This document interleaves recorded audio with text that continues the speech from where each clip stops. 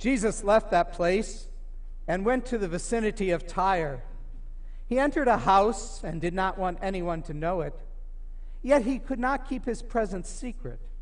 In fact, as soon as she heard about him, a woman whose little daughter was possessed by an evil spirit came and fell at his feet. The woman was a Greek, born in Syria and Phoenicia. She begged Jesus to drive the demon out of her daughter. "First, let the children eat all they want," Jesus told her, "for it is not right to take the children's bread and toss it to the dogs."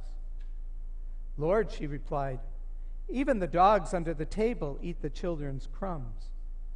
And then he told her, "For such a reply you may go. The demon has left your daughter." She went home and found her child lying on the bed, and the demon was gone. So Jesus left the vicinity of Tyre and went on through Sidon, down to the Sea of Galilee into the region of Decapolis. And there some people brought to him a man who was deaf, could hardly talk, and they begged Jesus to place his hand on him. After he took him aside, away from the crowd, Jesus put his fingers into the man's ears. Then he spit and touched the man's tongue. He looked up to heaven and with a deep sigh said to him, "Ephphatha," which means, "Be opened." At this, the man's ears were opened, his tongue was loosened, and he began to speak plainly. And Jesus commanded them not to tell anyone, but the more he did so, the more they kept talking about it. People were overwhelmed with amazement. "He has done everything well," they said. "He even makes the deaf hear and the mute to speak." This is the gospel of Christ. Praise to you, Lord Jesus Christ. Please be seated.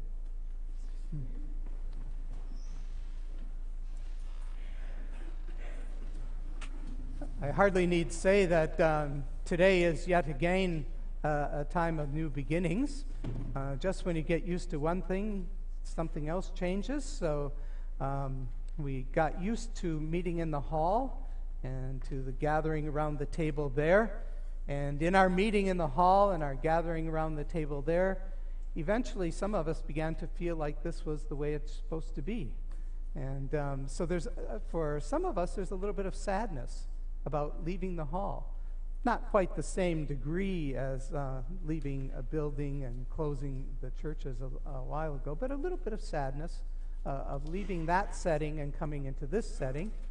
But also, there's a feeling of awkwardness in a way, because we haven't really been here before.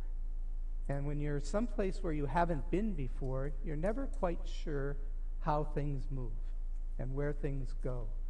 And so when there are a million questions coming about how do you do this and how do you do that, and we're just going to have to explore and find out how we do that. And today, amidst all of the other changes, we welcome Jamie with us. Jamie is our new organist, as Eric moved back to Finland. And so Jamie is learning as well. And I hope you discovered already, Jamie, that in my mistake at the beginning of the service, we're not perfect. Okay, good. Definitely not perfect, and moving from one place to the other didn't make me any more perfect. Like coming from the hall into here, still not perfect. And in our imperfection, our trust, as I said to the young people, our trust and our hope is that in the midst of our imperfection, we find the perfect love of God. And we find the perfect love of God in our midst, as God loves us and keeps us.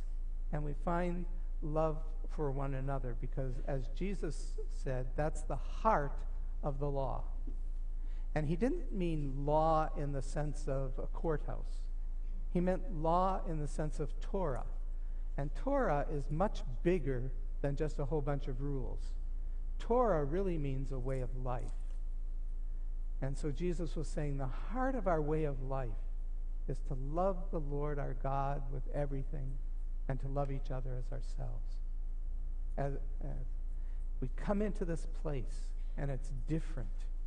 We come into this place with the one walking with us, who was the same yesterday, today, and forever. In his love for us and his care for us, his challenges for us, because God challenges us to move and to live and to face the things in our lives where we miss the mark, and to come into a new place in our own lives and in our life as a community here in this place. So, my biggest hope, and I thought maybe I should just go back and use the same sermon I used when we went into the hall and just bring it here. But my hope is that we are able to continue to relax with one another in the presence of God. And I don't mean, slough off. I mean just to be ourselves in the presence of God. Because who else are we going to be? Jesus didn't call us to be somebody else. Jesus calls us to be who we are. And Jesus calls us as a community to be who we are. Interestingly, in today's gospel readings, there was something very new that happened in the ministry of Jesus. And it shouldn't really have surprised people, and I think it probably didn't, that if Jesus was going into a part of the country where there are a lot of Gentiles, that he should have run into a Gentile, right? That should not have been a surprise. And I suspect that Jesus, more than a little bit, planned this trip. And as he was going into this place where there were Gentiles and ministering to, he had already spoken with the Hebrew people, he had already spoken with the Samaritans, but today takes it a step further, and he speaks with a Gentile, a woman, a Greek. And he says something which at first is a little bit rude, because it reflects some of the derogatory language of the people of the time, because Gentiles were called dogs, and dogs were not clean. And so when Jesus first uses this phrase, he's kind of playing on, or playing with perhaps, this idea of the dogs, saying to this woman, it's not right to give the bread from the children to the dogs. But she comes back, and she has to be the hero of this whole story. She comes back and says, yeah, but even the pet puppies get the food that falls from the table. Even I deserve the love of God. And Jesus says, you're absolutely right. He didn't tell her, go away, don't be so silly. This is only for the Hebrew people. No, he says to her, because you answered the way you answered, you can go in peace, knowing that your daughter is healed. Søren Kierkegaard, the Danish theologian and philosopher, said that life must be lived forward, but understood backward. I think I got that backwards. I think he said life is understood backwards, but has to be lived forward. That is our place in this community right now. We move forward in faith. We'll only understand it as we look back. And so there's a movement that took us from years of planning and years of discernment and years of prayer into this last while. I don't even know how long it's been that we've been meeting, maybe a long time. I'll just use the Hebrewism, 40 days and 40 nights, We've been meeting a very long time, and some faithful people meeting week by week and doing tons of work to get us to this place. And now we're in this place. And it's kind of like we've come in the circle that we set out to do, and to be the people of God in this place. And to recognize that as we gather around the table, this is the table of the one who walks with us.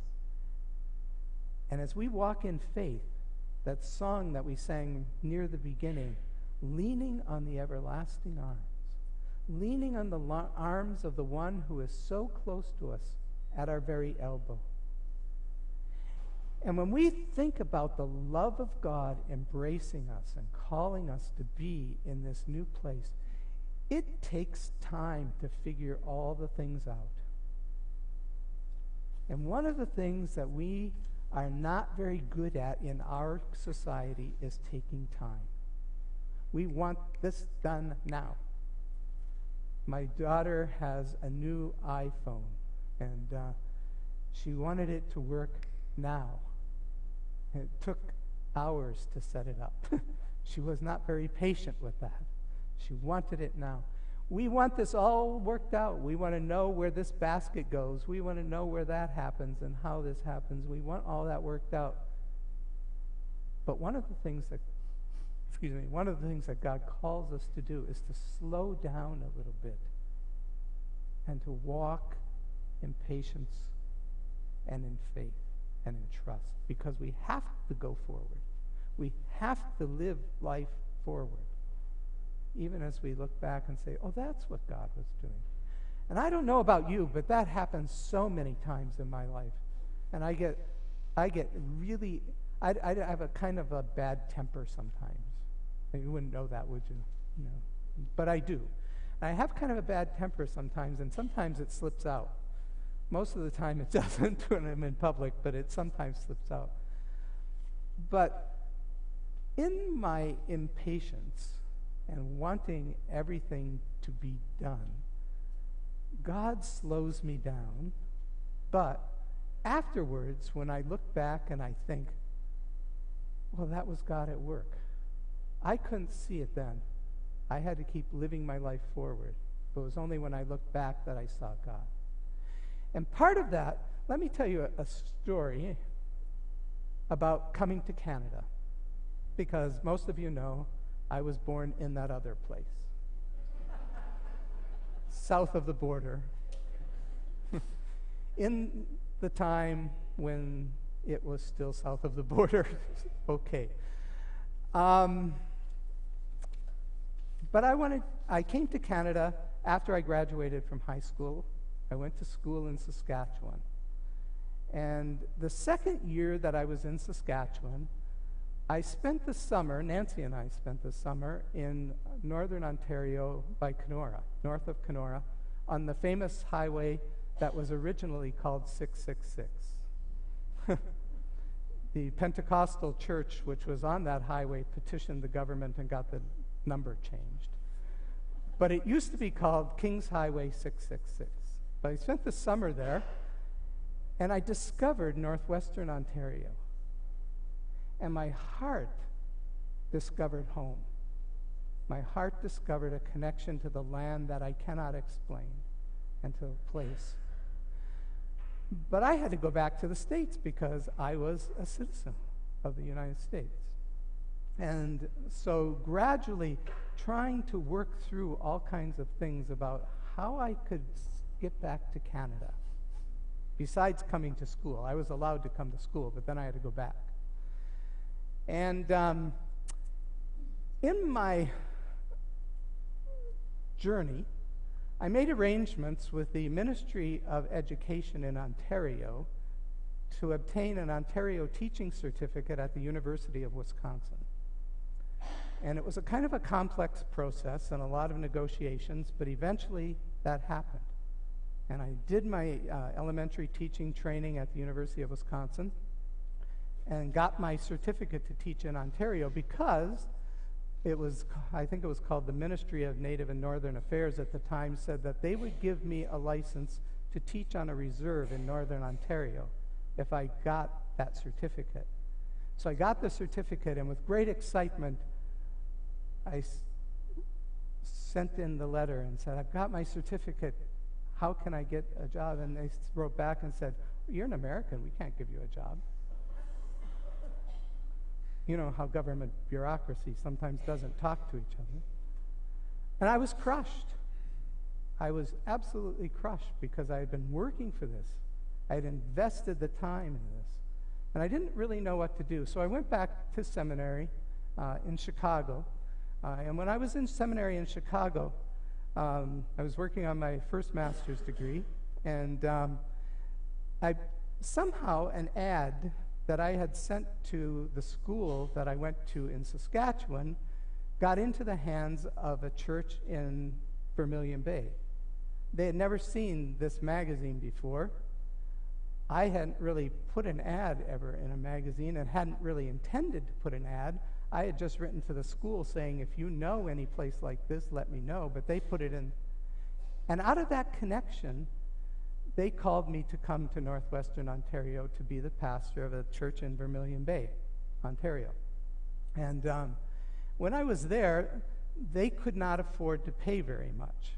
And one of the things that I had put into my ad was that I wanted to work among people who were economically disadvantaged. And at the time, I was a pastor of an evangelical free church, so I said I wanted to work in an evangelical free church among people who were economically disadvantaged. And the people at the church said, well, we're the only evangelical free church west of Thunder Bay, and we're economically disadvantaged, so you must mean us. And so they called me there, but I couldn't afford to live on what they paid. But oddly enough, there were substitute teaching jobs. And I had an Ontario teaching certificate, which I was so frustrated about before and now realized God was in this. And it gave me a way to be able to afford to live with. But I didn't know that at the time. I was living my life forward. It was only when I looked back that I discovered what God was doing. And that's going to happen here. That's going to happen in our midst. We're going to move forward. We're going to make plenty of mistakes. And as I said in that very first sermon as gathering table, there are going to be plenty of times to complain and not like things. That's fine. But there are also going to be plenty of time to learn a new way of being church.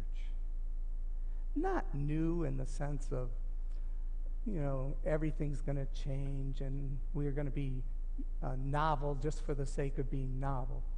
Everything has purpose. But new in the sense of we're a new community. We formed as gathering table on June 10th. In the grand scheme of things, that's not very long. Every time I come into this building,